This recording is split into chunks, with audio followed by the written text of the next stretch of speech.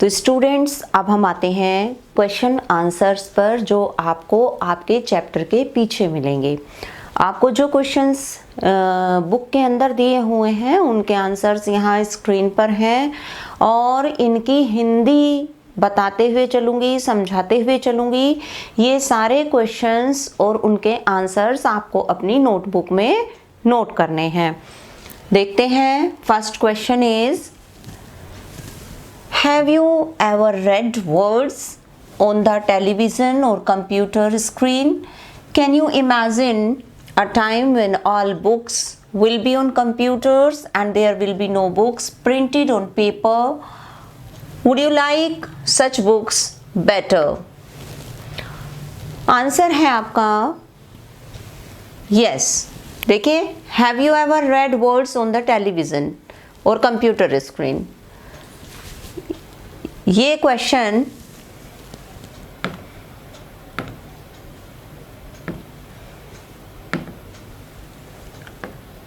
Have से शुरू हुआ है, यानी हेल्पिंग वर्ब से शुरू हुआ है। हिंदी क्या से शुरू होगी? क्या तुमने कभी भी पढ़े हैं शब्द टेलीविजन पर या कंप्यूटर की स्क्रीन पर? फिर हेल्पिंग वर्ब से शुरू होता है, can you imagine a time when all books will be on computers? क्या तुम इमेजिन कर सकते हो एक समय को जब सारी books will be on computers, computer पर ही होंगी, and there will be no books printed on paper, और पेपर पर किसी बुक को प्रिंट नहीं किया जाएगा। Would you like such books better? क्या तुम्हें ऐसी बुक्स ज़्यादा अच्छी लगेंगी? तो 3 क्वेश्चंस हैं, तीनों के आंसर्स देने हैं वन बाय वन। पहला आंसर, क्या तुमने कभी टेलीविज़न या कंप्यूटर की स्क्रीन पर पढ़ा है? तो इसका आंसर है yes, I have read E text on the computer screen. आप पढ़ चुके हैं, आप पढ़ते हैं, कंप्यूटर क्लासेस भी होती है आपकी, तो हाँ, मैंने पढ़ा है ई टेक्स्ट को कंप्यूटर स्क्रीन पर। You can write your own experience. अगर आप लिख सकते हैं तो आप अपने एक्सपीरियंस भी लिख सकते हैं कि आप मोबाइल पर भी काम करते हैं, व्हाट्सएप पर मैसेजेस भी सेंड करते हैं, व्हाट्सएप से रिसीव भी करते हैं, ईमेल्स भी देते हैं, मेल्स को रिसीव करके उनको भी पढ़ते हैं। इसके बाद है, Nowadays most of the books can also be read online. आजकल बहुत सारी किताबें ऑनलाइन पढ़ी जा सकती हैं। It can be foreseen that in future online and electronic text shall replace the printed books. It can be foreseen, और ये देखा जा सकता है आगे के समय को, that in future की फ्यूचर में online and electronic text, online और इलेक्ट्रॉनिक टेक्स्ट ही shall replace the printed books, शायद प्रिंटेड बुक्स को पूरी तरह से रिप्लेस कर दें। अब तीसरे क्वेश्चन में पूछा गया है, would you like such books better? क्या तुम्हें ऐसी किताबें ज़्यादा अच्छी लगेंगी? तो I think such books are better in some respects. मुझे लगता है कि ये किताबें कुछ रेस्पेक्ट्स में ठीक होंगी। बिकॉज थ्रू दैम, क्योंकि उनके द्वारा we can extend our scope of knowledge, क्योंकि उनके द्वारा हम एक्सटेंड, विस्तार करना, बढ़ा सकते हैं हमारे स्कोप को, नॉलेज के क्षेत्र को हम बढ़ा सकते हैं। These books are durable and environment friendly. फिर ये वाली बुक्स ड्यूरेबल होंगी, टिकाऊ होंगी और इन्वायरमेंट फ्रेंडली होंगी, यानी किताबों को बनाने में जो वुड कटिंग होती है और पेपर बनाया जाता है, मिल्स चलती हैं, तो उतना खर्चा भी और उतनी पेड़ों की कटिंग भी रुक जाएगी। They do not damage the forest cover of our planet, तो वो डैमेज नहीं करेगा। फिर फॉरेस्ट कवरिंग जो है हमारी प्लैनेट पर, हमारे अर्थ पर जो फॉरेस्ट कवरिंग है उसकी कटिंग रुक जाएगी। However, learning without reading from the printed books can turn into a mechanical activity. लेकिन एक नुकसान भी है, अगर सारी बुक्स ई टेक्स्ट में कन्वर्ट कर दी जाती हैं तो पढ़ाई पूरी तरह से मैकेनिकल हो जाएगी, there will be nothing practical. तो however learning without reading from the printed books, फिर भी जो लर्निंग विदाउट रीडिंग होगी प्रिंटेड बुक्स से, can turn it into a mechanical activity, वो इसे मैकेनिकल एक्टिविटी में कन्वर्ट कर सकता है। पूरी तरह से पढ़ाई मैकेनिकल हो जाएगी, मशीनरी हो जाएगी।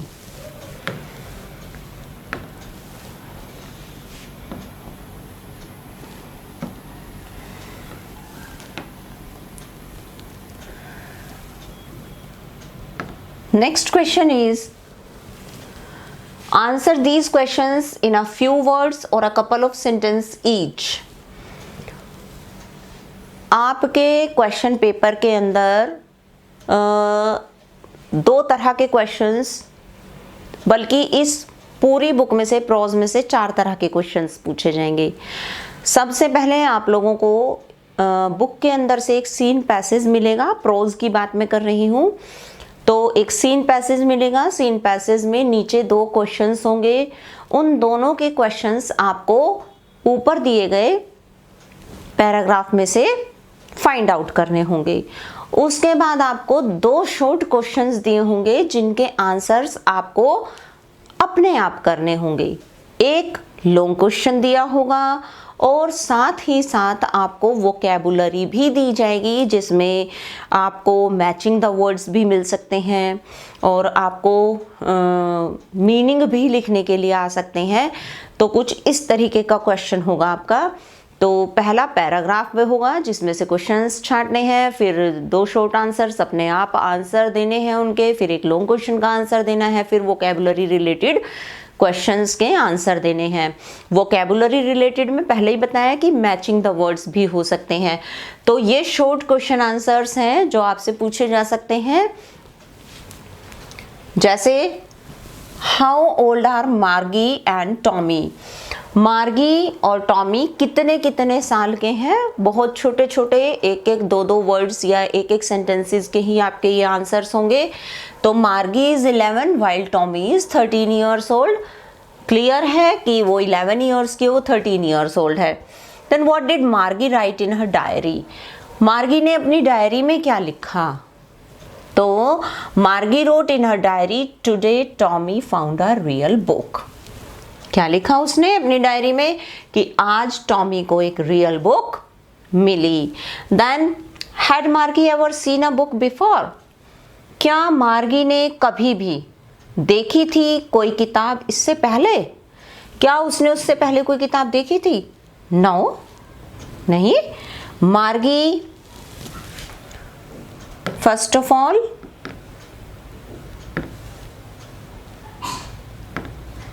The answer is no.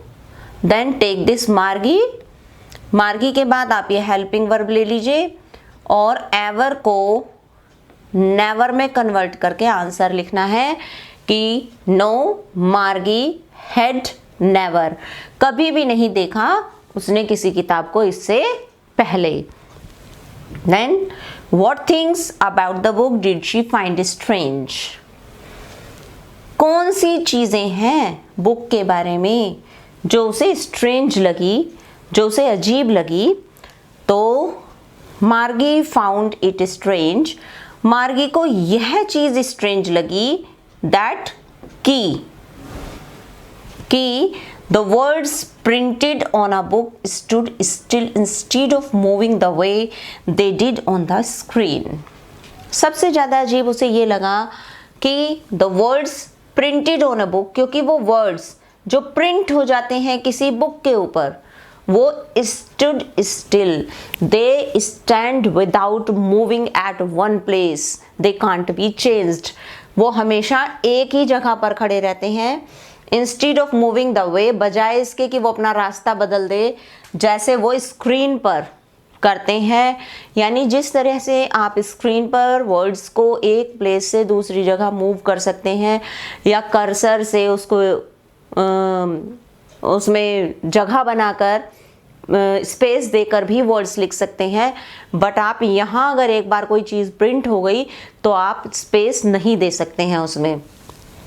She also found it odd, और उसे ये भी ऑड लगा, ऑड मीन्स अजीब, स्ट्रेंज लगा, that the words on a page always remain the same, कि वो वर्ड्स पेजेस के ऊपर हमेशा एक से बने रहते हैं, as the first time they were read, ठीक पहले समय जैसे वो पढ़े गए थे वैसे के वैसे ही रहते हैं। Besides the idea that someone would write a book about schools was itself strange for मार्गी, और इसके अलावा ये आइडिया कि कोई व्यक्ति वुड राइट अ बुक, एक किताब लिख देगा स्कूल्स के बारे में, कि स्कूल जैसी चीज के बारे में भी कोई व्यक्ति किताब लिख सकता है, ये आइडिया भी was itself strange for Margie, Margie के लिए बहुत स्ट्रेंज था।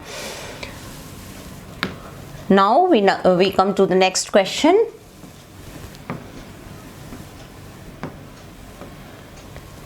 The next question is, what do you think a tally book is? Tally book से क्या मतलब है? आप टैली बुक किसे कहेंगे? तो a tally book is a book that can be read on screen. Words move on the screen for the readers to read. A tally book is a book, एक ऐसी बुक होती है that जो पढ़ी जा सके स्क्रीन पर, screen पर पढ़ी जाने वाली सारी किताबें टैली बुक हैं। Words move on the screen, शब्द स्क्रीन पर चलते हैं रीडर्स के लिए कि वो पढ़ सकें। अब ये बुक जो यहाँ चल रही है, जिसे मैं भी चला रही हूँ, you can also call it a tally book. Now where was Margie's school? Did she have any classmates? Where was Margie's school? कहाँ था मार्गी का school? Did she have any classmates? क्या उसके पास कोई क्लासमेट्स थे?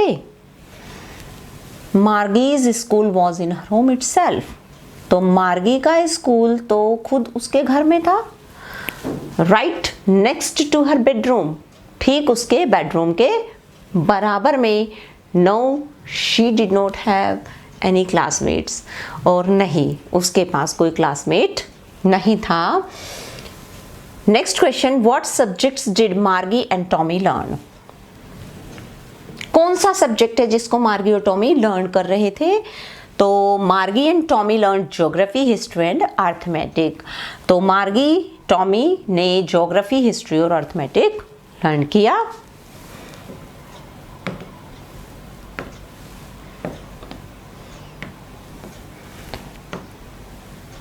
Question number 2,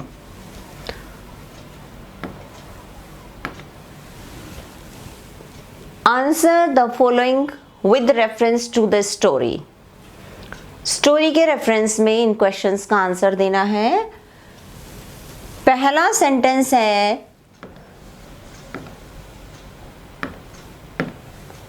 I wouldn't throw it away. I wouldn't throw it away, मैं तो इस चीज को नहीं फेंकूंगा। Who says these words? किसने कहे ये वाले शब्द? और what does it refer to? अब यहां जो ये वाला इट है, ये किसको रेफर करता है? इसका क्या मतलब है? What is it being compared with by the speaker? और ये जो इट है, इसकी किससे कंपैरिजन की जा रही है? बाय द स्पीकर, स्पीकर के द्वारा। इस लाइन के अंदर ये इट क्या है? इस सेंटेंस को कौन बोलता है? और ये इट क्या है? और इस इट की किस चीज से तुलना की गई है? इसका आंसर है कि टॉमी ने ये लाइन कही थी और उस कंप्यूटर स्क्रीन के लिए कही थी जो उसके पास है, क्योंकि उसमें वो बहुत सी किताबें पढ़ सकता है।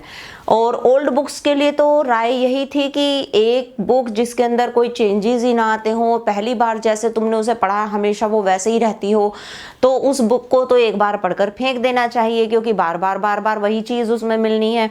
जबकि कंप्यूटर के अंदर, ई टेक्स्ट के अंदर तुम्हें बहुत कुछ मिल सकता है, तो वो कम से कम अपनी ई बुक्स को या अपनी कंप्यूटर स्क्रीन को कभी नहीं फेंकेगा, मैकेनिकल बुक्स को कभी नहीं फेंकेगा। तो Tommy says these words, Tommy ने ये वाले वर्ड्स कहे हैं। फिर it refers to the television screen, तो वो इट किसको रेफर करता है? उसकी टेलीविजन स्क्रीन को रेफर करता है। Then Tommy is comparing the television screen with the printed books of the earlier times. Tommy compare कर रहा है यहाँ पर टेलीविजन स्क्रीन को। यहाँ पूछा है ना कि ये किससे कंपेयर की गई है, ये किस चीज से तुलना की गई है इसकी, स्पीकर के द्वारा। तो टॉमी कंपेयर कर रहा है टेलीविजन स्क्रीन की प्रिंटेड बुक्स से अर्लियर टाइम्स की। Clear? Now we come to the next question. Again यहाँ पर एक लाइन दी गई है और इस लाइन को फिर से पूछा जाएगा कि किसने कहा है, किस रेफरेंस में ये चल रही है। तो sure they had a teacher but it wasn't a regular teacher, it was a man. Sure they had a teacher, निश्चित ही उनके पास एक टीचर होता था बट रेगुलर टीचर नहीं होता था, वो एक मैन होता था। तो किसने कहा है? Who does they refer to? ये दे किसको रेफर करता है? दे, यहां ये लाइन आया है sure they had a teacher, निश्चित उनके पास एक टीचर होता था। तो ये दे किसको रेफर करता है? फिर what does regular mean here? अब ये रेगुलर टीचर नहीं होता था तो यहाँ रेगुलर का मीनिंग क्या है? Next, what is it contrasted with? और ये रेगुलर टीचर क्या है? रेगुलर टीचर की किसके साथ तुलना की गई है? तो ये पूछा गया है। यहाँ आंसर देखते हैं। द वर्ड दे, सबसे पहले इसका आंसर देखेंगे कि ये जो वर्ड दे है refers to the students who studied in the old kind of school centuries before the time the story is set in. The word they refers to the students. ये word दे, क्योंकि sure they had a teacher, उनके पास निश्चित ही एक teacher होता था, वो regular teacher नहीं होता था। ये दे कौन है? दे वो स्टूडेंट्स हैं जो अर्लियर टाइम्स में बिफोर सेंचुरीज पढ़ते थे जब ये स्टोरी लिखी गई। और ये स्टोरी कब लिखी गई है? लगभग आज के समय से 137 साल और आगे। तो द वर्ड दे रेफर करता है उन स्टूडेंट्स को जो ओल्ड काइंड्स ऑफ स्कूल में पढ़ते थे, सेंचुरीज बिफोर, शताब्दियों पहले, उस समय जब ये स्टोरी लिखी गई उससे शताब्दियों पहले, यानी 100, 150, 200, 300 साल पहले। What does regular mean here? Regular का क्या मतलब है? तो here the term regular refers to the mechanical teachers that Tommy and Margie has. But it wasn't a regular teacher. लेकिन उनके पास रेगुलर टीचर नहीं था, क्वेश्चन में ये दिया गया है। ठीक है, तो रेगुलर टीचर वो किसे कह रहे हैं? तो regular teacher refers to the mechanical teacher. Regular का टीचर का मतलब है वो मैकेनिकल टीचर जिससे टॉमी और मार्गी पढ़ते हैं, जो उनके पास है। Next, what is it contrasted with? इसकी कंट्रास्ट, इसकी कंपैरिजन किससे की गई है?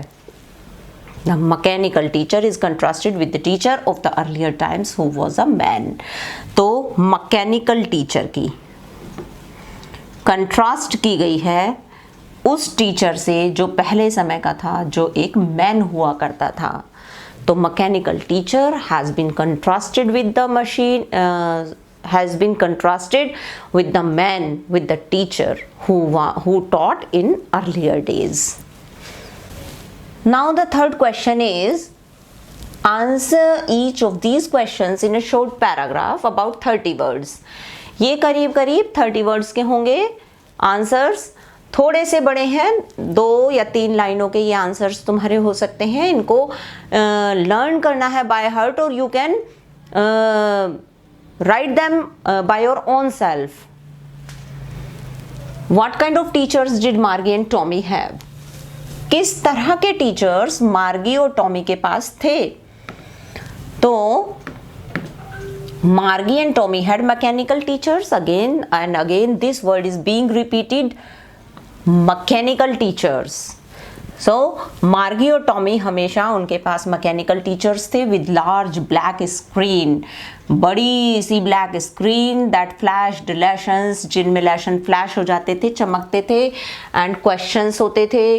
दीज टीचर्स हैड स्लॉट्स, और इनमें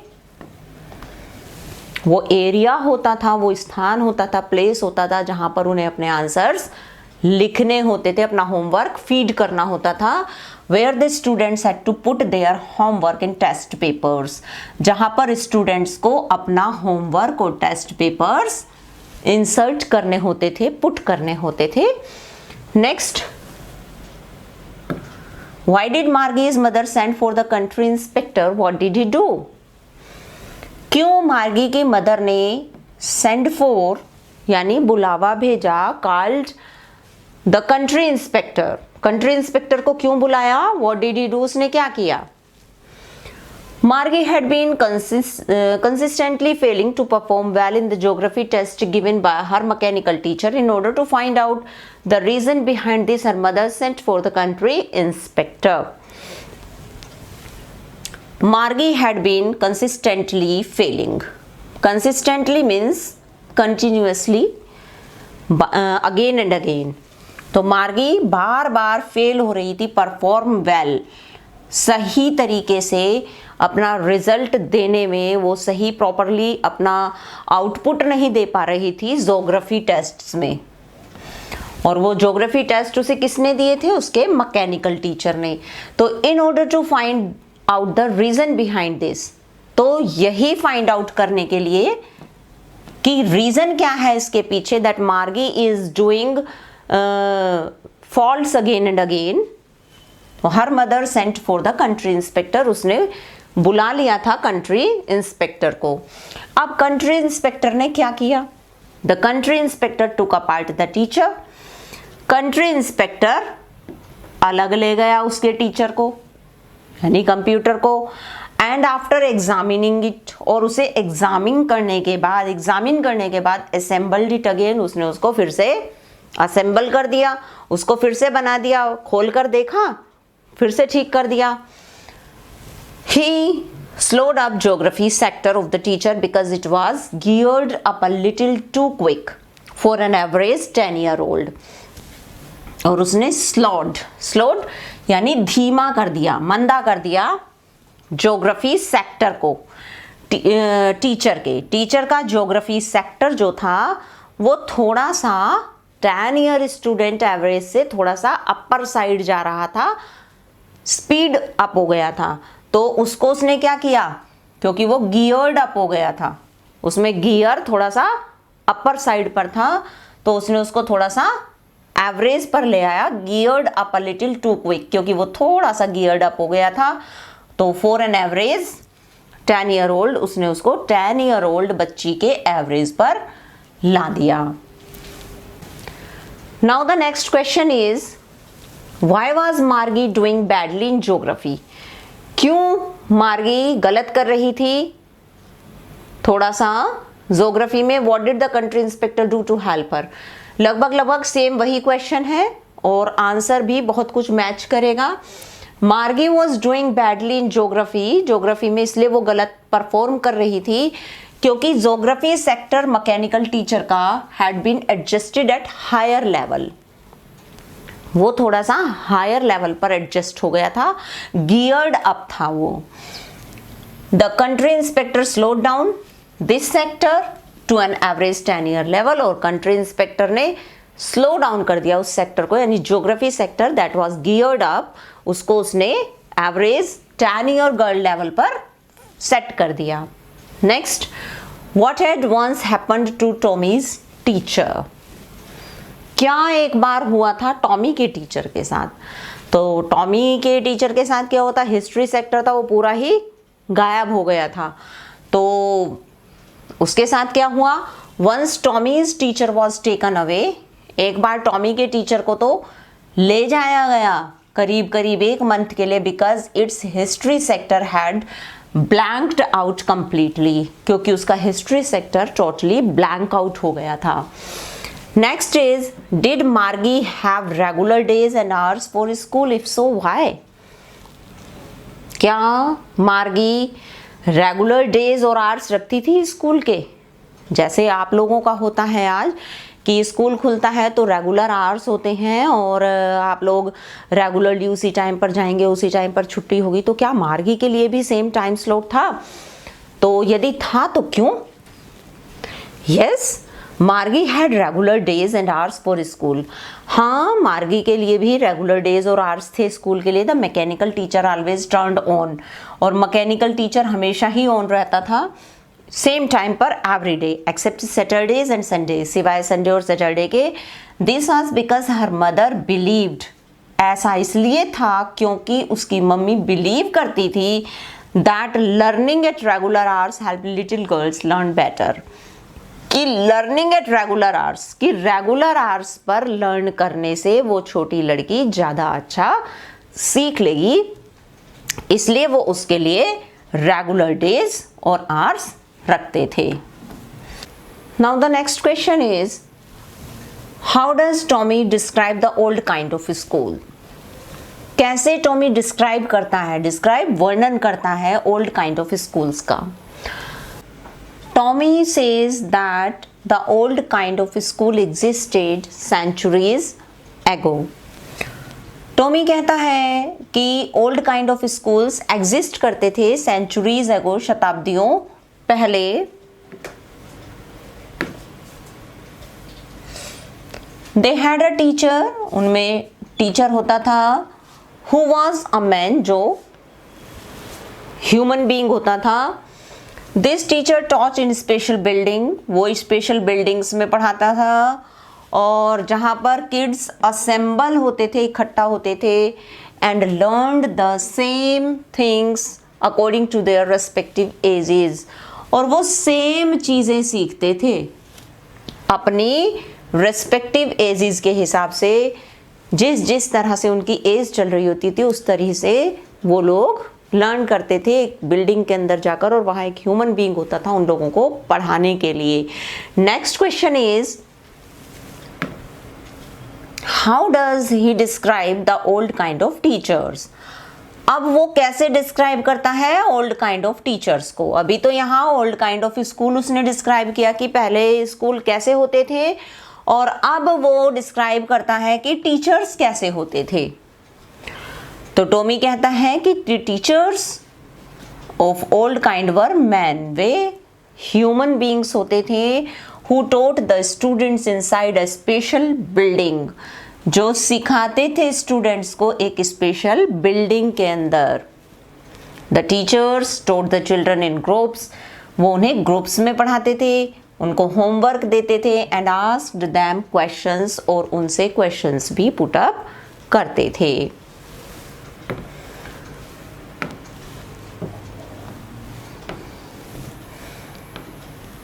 Now these are the long answer type questions. आपको 100 to 150 वर्ड्स में आंसर देना है। तो question number 4 is, answer each of these questions in 2 or 3 paragraphs. आपको आंसर देना है 100 to 150 वर्ड्स ही होना चाहिए।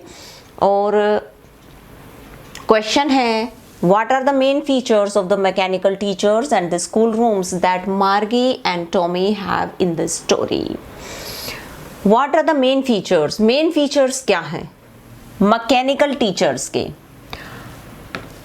फीचर्स होती हैं क्वालिटीज। क्या मेन फीचर्स हैं मैकेनिकल टीचर्स के? और स्कूल रूम्स जो मार्गी और टॉमी के इस स्टोरी के अंदर हैं, यानी कैसे टीचर्स हैं और कैसे क्लासरूम्स या स्कूल रूम्स हैं। तो देखते हैं। मार्गी और टॉमी के सबसे पहली बात मैकेनिकल टीचर्स है। They are not human beings, they are not man. These teachers were basically large black screens. ये टीचर्स बेसिकली बड़ी काली स्क्रीन हैं, on which the lessons were shown, जिस पर लेसन्स दिखाए गए हैं, क्वेश्चंस पूछे गए हैं। दीज टीचर्स वर एडजस्टेड, और इन टीचर्स को एडजस्ट कर सकते थे according to the age and potential of the student concerned. Age के अनुसार और पोटेंशियल, क्षमता के अनुसार किसी भी स्टूडेंट की, जो कंसर्न्ड स्टूडेंट है, जो रिलेटेड स्टूडेंट है, उसकी पोटेंशियल के हिसाब से। They had a slot in which the student had to put their homework and test papers. अब उनमें एक स्लॉट होता था एक प्लेस होता था जहां पर स्टूडेंट्स अपना होमवर्क रख सकते थे और अपने टेस्ट पेपर सबमिट कर सकते थे। The mechanical teachers immediately calculated the marks, और मैकेनिकल टीचर बहुत जल्दी कैलकुलेट कर देता था marks for the answers written in punch codes, उन आंसर्स के लिए जो पंच कोड्स में ही लिखे जाते थे स्टूडेंट्स के द्वारा। However, these teachers were prone to technical and mechanical failure and troubles. हालांकि ये भी सही है कि ये जो टीचर्स थे, ये जो मैकेनिकल टीचर्स थे, इनमें ये prone to technical and mechanical failure, इनमें टेक्निकल प्रॉब्लम और मैकेनिकल प्रॉब्लम आने की गुंजाइश रहती है, बहुत ज़्यादा भय रहता है, इनमें कभी भी ट्रबल्स क्रिएट हो जाती है, क्योंकि after all they are machines, तो मशीन्स तो कभी भी खराब हो सकते हैं, उनमें टेक्निकल मैकेनिकल फेलियर कभी भी आ सकता है। Next, there schools were in their homes itself. सबसे बड़ी बात, उनके स्कूल्स उनके घर के अंदर थे। In fact Margie's school was right next to her bedroom. Margie का स्कूल तो ठीक उसके बेडरूम के बराबर में था। Students did not have classmates, students के कोई क्लासमेट्स नहीं थे। They had regular days and hours for school, regular days और आवर्स उनके थे स्कूल्स के लिए। The mechanical teacher always turned on at the same time every day except Saturdays and Sundays. तो मैकेनिकल टीचर्स हमेशा on रहते थे same time पर हर रोज सिवाय सैटरडे और संडे के। ये आपका एक क्वेश्चन कंप्लीट हो जाता है। Now we come to the next question. The question is, why did Margie hate school? Why did she think the old kind of school must have been fun? क्यों मार्गी hate करती है school से, और why did she think, उसे क्यों लगता है कि old kind of schools must have been fun? उनमें ज़्यादा अच्छा लगता होगा, उनमें ज़्यादा मज़ा आता होगा पढ़ते हुए। तो Margie hated school because it was not fun. Margie school से हेट करती थी क्योंकि उसे कोई फन नहीं मिलता था। अपने बेडरूम में से सोकर उठो और जस्ट बिसाइड द रूम अपना स्कूल मान लो और उसके अंदर जाकर बैठ जाओ और उसमें पढ़ो।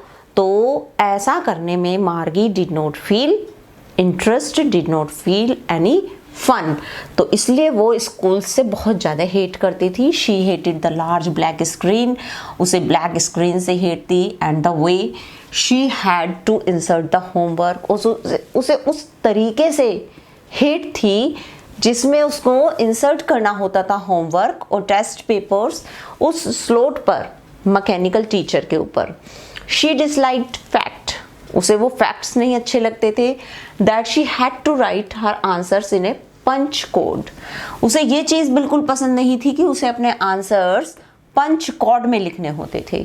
Besides her hatred for school was amplified bye her failure to fare well in the geography test given by her mechanical teacher. Her hatred for school was amplified. इसके अलावा उसकी hatred उस समय बढ़ गई स्कूल्स के लिए जब was amplified by her failure, वो और ज़्यादा बढ़ गई उसके उस फेलियर से। To fare well in the geography test, क्योंकि वो बहुत अच्छे तरीके से नहीं कर पाई अपने जोग्राफी टेस्ट में। जब उसका मैकेनिकल टीचर उसको दे रहा था, बार बार वो मैकेनिकल टीचर जो उसको टेस्ट दे रहा था जोग्राफी का, वो उसे नहीं कर पा रही थी क्योंकि वो स्पीड अप था, थोड़ा सा अपर लेवल पर सेट था। तो उसकी हेट और ज़्यादा बढ़ गई उस समय अपने टाइम के मैकेनिकल स्कूल्स से। फिर मार्गी imagined the old kind of school, मार्गी ने पुराने समय के स्कूल्स को इमेजिन किया। With kids from the entire neighbourhood coming together, उन किड्स को सोचा जो कंप्लीट नेबरहुड में से एक साथ आते थे, हंसते थे, शाउट करते थे स्कूल यार्ड में।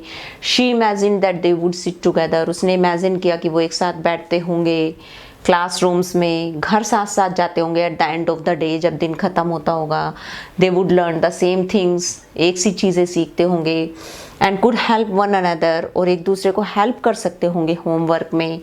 Also the teachers were people, साथ ही साथ टीचर्स पीपल होते थे, making the learning process more interactive, और इससे वो लर्निंग प्रोसेस को ज़्यादा इंटरेक्टिव बना सकते थे। All these aspects made her believe, ये सारे एस्पेक्ट्स उसको विश्वास दिला देते हैं कि ओल्ड काइंड ऑफ स्कूल, कि जितने पुराने स्कूल्स थे वो मस्ट हैव बीन फन, उनमें ज़्यादा अच्छा लगता होगा। तो अगर आप आज के स्कूल टाइम को बोर फील करते हैं तो ये गलती है। जो आज का समय है वही ज़िंदगी का सबसे अच्छा समय है। School time is the best time in life. आगे चलते हैं। Do you agree with Margi that schools today are more fun than the schools in the story? Give reasons for your answer. क्या आप एग्री हैं Margie से कि schools today are more fun, कि आज के जो स्कूल्स हैं वो ज़्यादा मज़ेदार हैं उन स्कूल्स से जो स्टोरी में दिखाए गए हैं? तो answer is yes, I agree that schools today are more fun than the schools in the story. Story के अंदर जो स्कूल दिखाया गया है वो आज के समय से और आगे का है, 22वीं शताब्दी का स्कूल दिखाया गया है। तो मैं उस स्कूल से सहमत हूँ जो आज हैं, जिसमें हम अभी जी रहे हैं।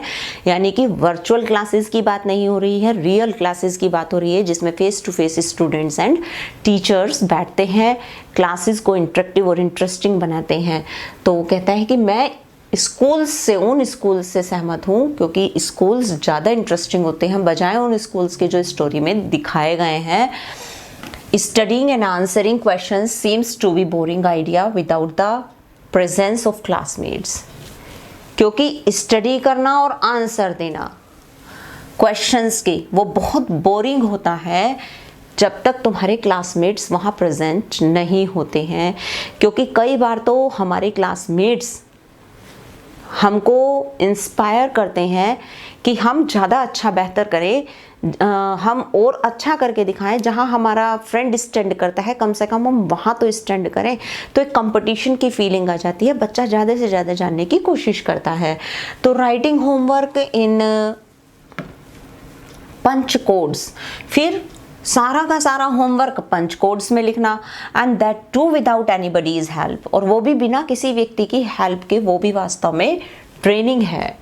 Children develop a better understanding about each other and their surroundings when they go to school and interact with others. फिर सबसे बड़ी बात है कि children develop a better understanding, बच्चों में एक अच्छी अंडरस्टैंडिंग डेवलप हो जाती है एक दूसरे को लेकर और सराउंडिंग्स को लेकर, आसपास के माहौल को लेकर। जब वो स्कूल जाते हैं और इंटरेक्ट करते हैं दूसरे लोगों के साथ, दूसरे लोगों से मिलते हैं, बात करते हैं, तो आसपास की सराउंडिंग्स के बारे में भी जानकारी बढ़ती है। Human teachers are more understanding, human teachers तुम्हें ज़्यादा समझ सकते हैं, मशीन नहीं समझ सकती है इतना, और वो अकोमोडेटिंग होते हैं देन मैकेनिकल वंस, यानी मैकेनिकल मशीनों की अपेक्षा वो तुम्हें ज़्यादा अंडरस्टैंड कर सकते हैं, ज़्यादा तुम्हें फील कर सकते हैं। That are programmed to teach in a specific way. तो मैकेनिकल वंस तो जितने भी हैं मैकेनिकल मशीनें जो भी हैं वो सब प्रोग्राम्ड फिटेड होती हैं, प्री फिटेड होती हैं। उनके अंदर एक प्रोग्राम होता है लिमिटेड, जो तुम्हें एक स्पेसिफिक वे में ही पढ़ाएगा, उसका तरीका नहीं चेंज हो सकता है। The excitement in waiting for the marks scored in exams is greater when one is sitting in a classroom with fellow students.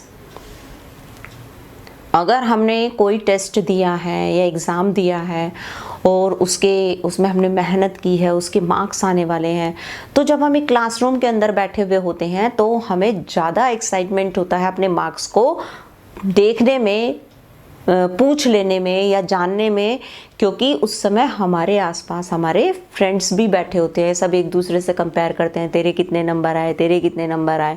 तो वो ज़्यादा एक्साइटिंग होता है बजाय अकेले एक रूम के अंदर बैठकर फाइंड आउट करने में भी कि कितने नंबर आए हैं।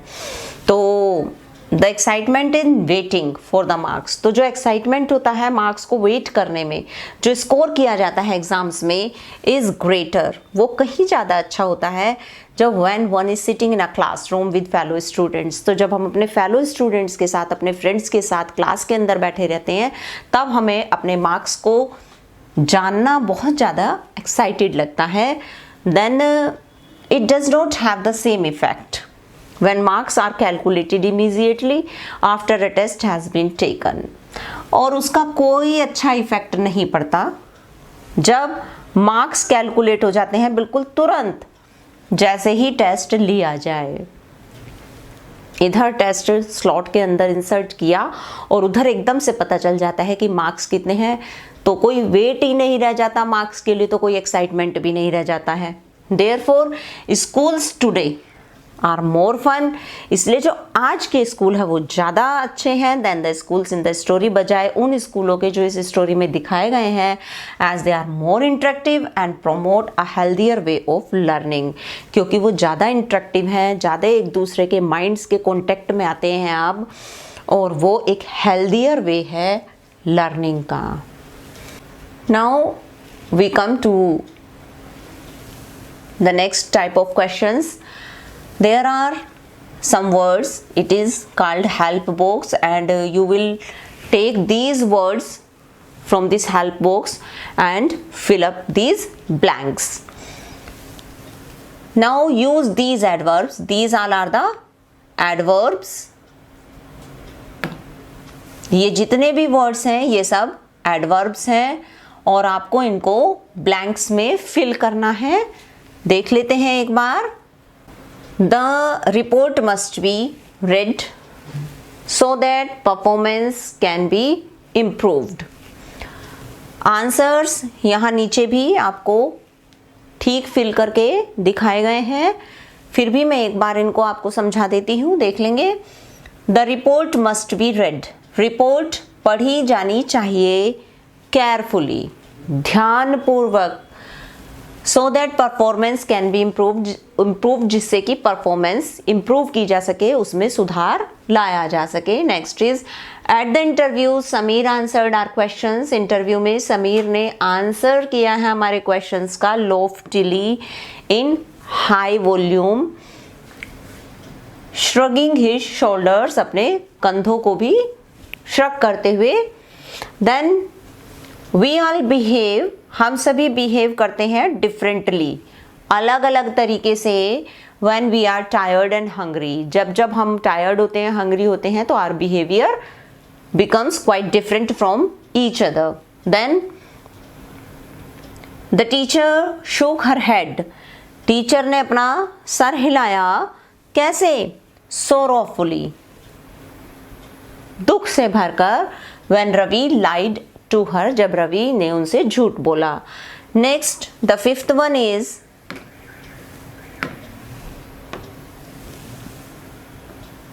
आई dash forgot about it, I completely forgot about it, मैं तो पूरी तरह से इसके बारे में भूल गया। Then when I complimented Revathi on her success, she just smiled dash and turned away, जब मैंने कॉम्प्लीमेंट दिया रेवाती को उसकी सक्सेस पर, तो वो केवल नॉन शैलेंटली उसने स्माइल किया। शी जस्ट स्माइल नॉन शैलेंटली, यानी कि केयरलेसली, बिना कोई स्पेशल अटेंशन दिए वो मुस्कुराई और चली गई।